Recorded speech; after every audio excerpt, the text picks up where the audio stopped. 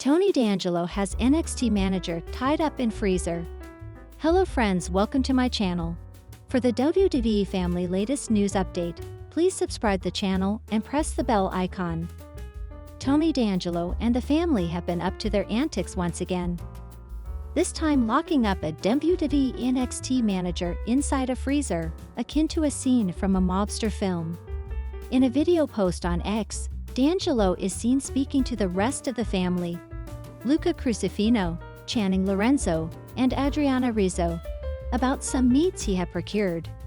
While opening one of the freezers, Robert Stone was seen tied to a chair and gagged, with the family nonchalantly moving on to the next freezer despite noticing him freezing. "I'm telling you, I just got this fresh capicle. I got all meats freshly delivered from my boy in Jersey. I'm telling you, this is good asterisk right here. Right in here. You ready?" asked Tony D'Angelo before proceeding to open a freezer. After noticing Stone, D'Angelo, the current NXT Heritage Cup champion, clarified that the meat was in the other freezer. Stone was seemingly tied up due to him owing the family some money, which he clarified on X, stating that he gave the money to Stevie Turner to pay them back.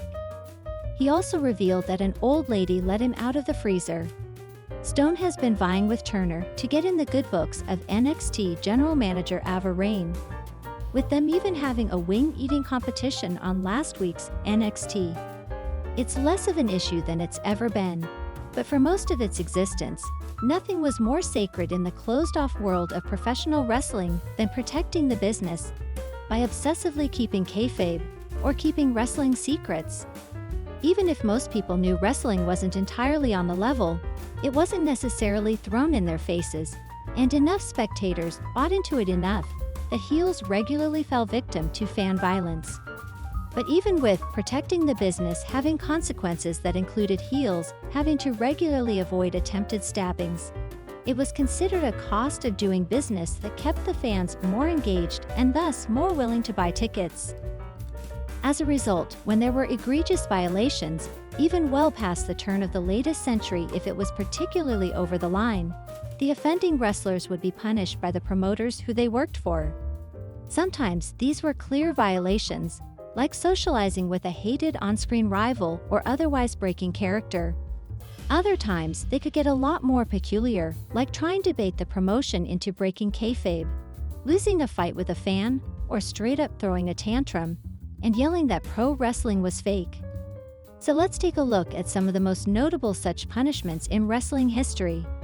The latest on Daniel Garcia's current contract status with AEW amid his upcoming expiration and reported interest from WWE.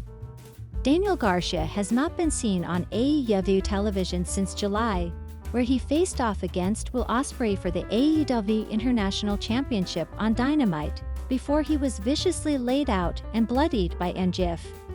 It has since been reported that the reason for MJF's attack on Garcia was due to Garcia's contract with the company being set to expire in October, being a way to write him off television in the chance he doesn't re-sign.